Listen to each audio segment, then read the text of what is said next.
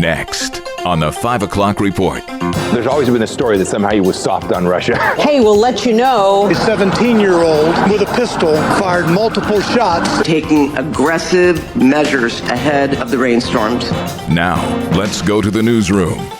Let's make a deal, or else. Good afternoon. Thank you very much for joining us. I'm Mark Webster. Words of warning this afternoon from President Donald Trump calling out Russian President Vladimir Putin on social media over his 2+ year-long invasion of Ukraine. Trump telling Putin, quote, "We can do this the easy way or the hard way." Former Trump Secretary of State Mike Pompeo. There's always been a story that somehow he was soft on Russia, right? The reality was Vladimir Putin didn't invade Ukraine on our watch because of President Trump, because we had a set of policies that deterred him. Today, that same message, which is we're going to be serious about this. Russia's deputy UN ambassador says they need to know more about what sort of deal Trump has in mind. Ukraine's president is on record saying they'll never recognize any Ukrainian lands occupied by Russia as belonging to Russia.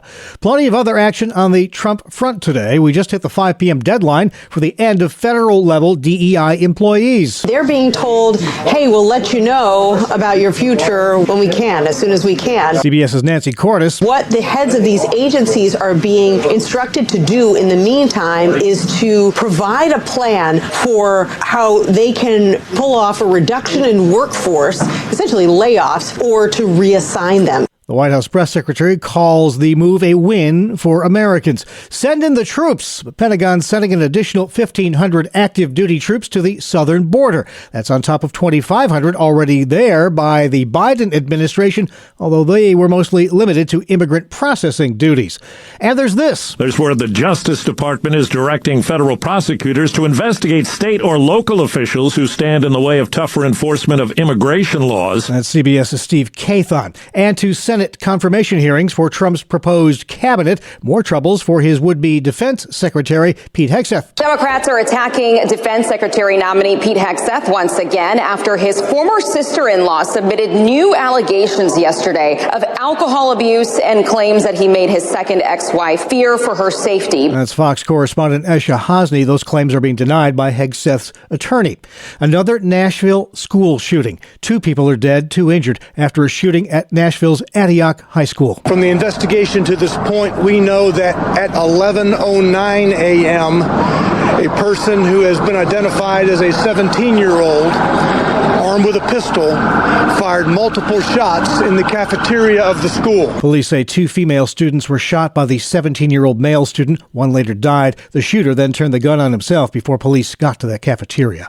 A new wildfire growing in the L.A. area. The Hughes fire broke out near Santa Clarita this afternoon. It's already burned 500 acres.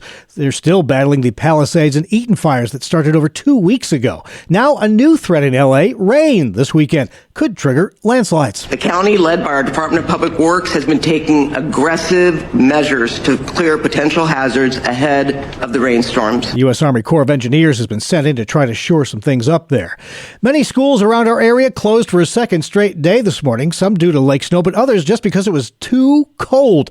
Those low temperatures this morning corresponded with a rise in people flocking to shelters, including the Niagara Gospel Mission. Chris Amico there tells WGRZ. We've seen men, women, and children coming in. Sometimes they're not able to make it to the grocery store. Maybe they would have normally walked there, but they come here to get a meal. So we've seen everything as far as the people that we serve. The numbers are going way up. Amico says they saw evidence of frostbite injuries on the hands of clients. Overnight shelters in Buffalo also a capacity this week. And road salt's been in short supply in some areas this month, including the town of Tonawanda. Supervisor Joe Eminger tells WIVB. We have about 1,000 tons of rock salt in our barns, which sounds like a lot, but it really isn't when you consider that it takes about 250 tons to salt the entire town. So hopefully just a temporary thing. Eminger says to conserve supplies, they've reserved the salt for main roads and intersections that have stop signs. Suppliers such as American Rock Salt in Livingston County have been having trouble keeping up with demand.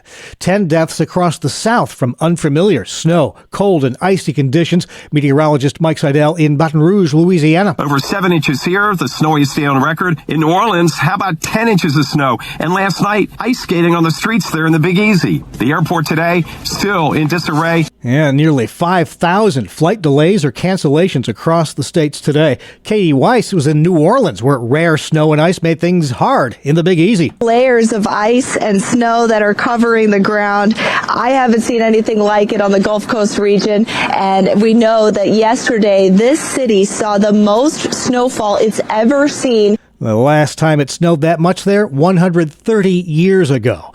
Health news now. Survival of the fittest. An analysis of 47,000 cancer patients has found those with strong muscles and good physical fitness cut their risk of dying from their disease by almost half. And a separate study of more than 300,000 people has found maintaining a slimmer waistline and getting regular exercise together are far more effective at cutting the risk of developing cancer than doing only one or the other. CBS's Vicki Barker. And there's this. Apparently, fizz is riz. So concludes a Japanese study that says sparkling water, when paired with a balanced diet and regular exercise, can impact your weight. The science behind that is that the carbon dioxide in sparkling water can cause a process that boosts how much glucose your body uses. That means less sugar that's left behind as fat. Still to come on the 5 o'clock report, an upstate New York community ravaged by a big fire, fighting for funding in Syracuse, and singing a new tune about the January blues. Although we do have another cold night coming up tonight, it will not be as frigid as recent nights. Clouds and some starlight, some crescent moonlight. Low temperatures generally single digits above zero to the lower teens. Tomorrow, some morning sunshine, clouds will gather. Some flurries will arrive in the afternoon from the west. High temps, though, breaking into the 20s. Friday, variable clouds with flurries and high temperatures in the upper teens to the middle 20s. Thank you very much, Kevin. Now checking the stories making news where you live across New York and Pennsylvania. Fire devastates a Finger Lakes community. It is a great loss on Ovid. It's a tragedy. Resident Anthony DeMarco's take as flames claim the Big M building on Main Street in Ovid, housing a grocery store, restaurant, and several small businesses and apartments. Towering flames were visible for miles as the Main Street blaze raged into the night. DeMarco tells WHEC. The store itself, it was very old school, very reliable, very good place. You know, the prices weren't bad. People that live here, we depend on this kind of stuff every day. We depend on this town, and when stuff gets burnt down like this, it can be a lot. The 11-hour-long firefighting effort drained area water supplies. Ovid residents were urged to limit their usage. Main Street in Ovid still shut down at last word. It's believed that fire started in a second-floor apartment above the Big M grocery store. $200 million. It's a lot of money, but Central New York state lawmakers say it's not nearly enough for needed upgrades at Syracuse's Upstate Hospital. That's how much Governor Kathy Hochul's budget allocates for upstate updates. But area Democratic state lawmakers Bill Magnarello and Pamela Hunter tell WSYR Hochul needs to find more funds to meet the hospital's request for about $450 million. Upstate Hospital needs the $450 million. We need to cover the bodies that come to the hospital. Assemblyman John Lamons worries about the eventual impact of computer chip-making giant Micron. We won't be able to handle perhaps the number of injuries and the frequency of injuries that could occur. Upstate says it needs major upgrades to its emergency room, burn unit, additional operating rooms, and other essentials. Some confusion among concealed carry pistol permit holders in New York State about recertifying those permits. That's because the rules changed a couple of years ago, narrowing the required recertification window from 5 years down to every 3, and shifting the process to online only. Hilton, New York gun shop owner Mike Sanguio tells Spectrum News. People, they don't know what to do. They don't know where to go to recertify. And then other people are coming in, they go, I don't know what to do with this recertification thing. So I help them out and take care of it. Failing to complete the online recertification process in time can cost you your pistol permit and compel you to surrender your firearms. A shocker caught on video in Jim Thorpe, Pennsylvania, as a resident was attacked by a black bear over the weekend. Andrew Nearer was out walking on a trail by his house when that bear pounced. Neighbor Mike Ramich saw it and ran to his rescue, eventually shooting the bear. He tells WNEP. He just up and jumped on him and grabbed him by the arm and wrestling him around here. I had no choice but to kill the bear, so that's what I did. Says Nearer. She came and looked at him and then charged after me. At that point, it's either I make a decision on going farther to my house or him when he has the gun. The PA Gaming Commission says there will be no charges in the incident, adding that the bear attack was abnormal for a black bear, especially at this time of year. They're checking to see if rabies might have been involved. Lending a hand after thieves struck those in need. Northeast Pennsylvania was just one of several areas hit by crooks who used skimmers to drain EBT cards, leaving their victims unable to buy the basics. A number of organizations and volunteers banded together yesterday to hand out food to those victims, including Food Dignity founder Clancy Harrison, who tells WBRE. When we can come together and work together and make our community stronger and healthy and meet people where they are and what they need, that's super important. Luzerne State Rep Brenda Pugh was among the volunteers, noting that a change in federal law prevents families from being reimbursed in those thefts. She also recommended that those who were hit get those cards replaced immediately to prevent further thefts. The numbing cold over the past few days brought many people to a warming shelter run by Erie, Pennsylvania's City Mission. If you did get caught, you could literally freeze to death out there. That's shelter guest Michelle McGee, who tells Jet TV. I'm having hard times. I am homeless. This is a place where we can come and be warm, and they feed us and give us clean, dry socks and hats and gloves. The mission opened its chapel as a temporary shelter. Volunteer Samantha Evans. We've opened up this warming shelter over here for the homeless population to come and get warm and be able to get coffee and get access to one-on-one interactions. We beg people not to go back out there because it's so dangerous. Evans says it's all about doing the will of the Lord. And a Christian writer was the guest today on Inside Out about transforming cold Januaries with post-holiday blues into an attitude of celebrating the good news of Christmas far beyond December 25th.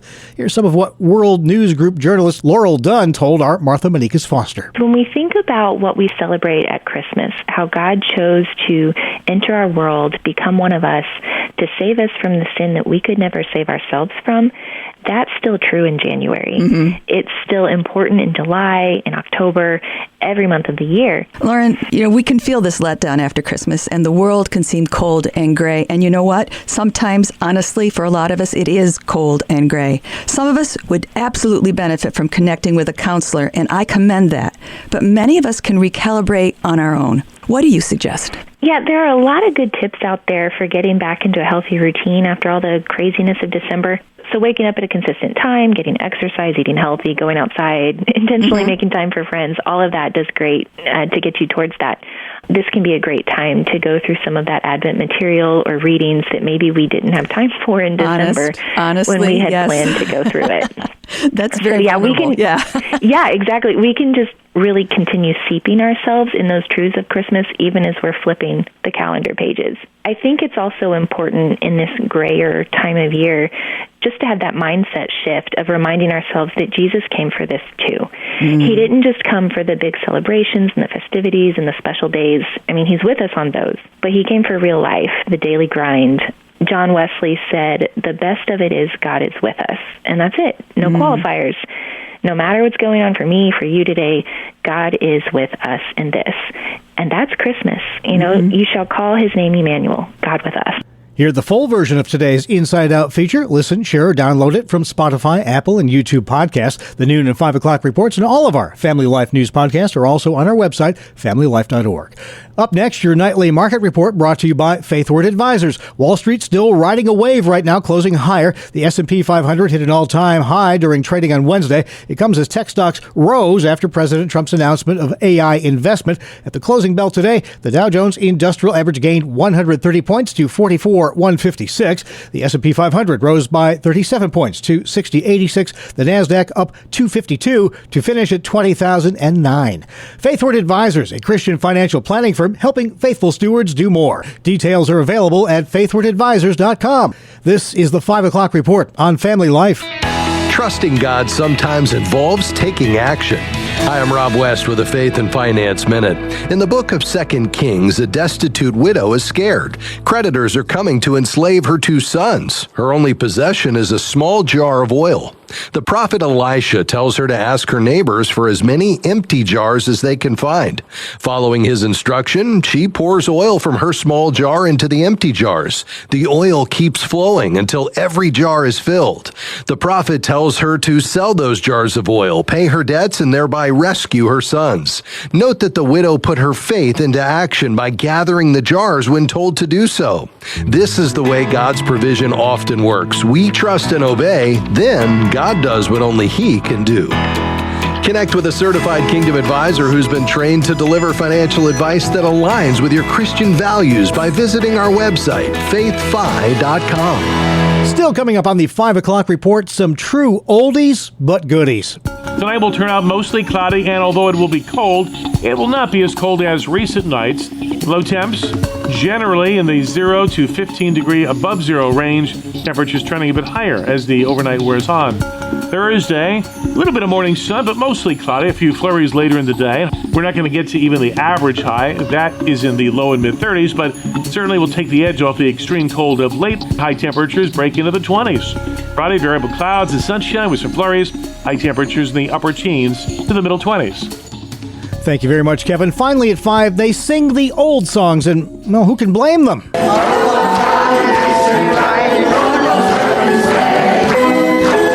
That's the world's oldest choir, a group of Brits, average age 94, including this wise old man who's still quite young at heart. Occasionally we come across an opportunity to do things quite late in life. It's more challenging and therefore more satisfying. You haven't ever got to stop trying, no matter what age you are. The group calls itself the Prime Timers, and they're still having the time of their lives singing. And that's the world we live in for Wednesday, January 22nd, 2025. Thank you again for joining us. I'm Mark Webster, Family Life News.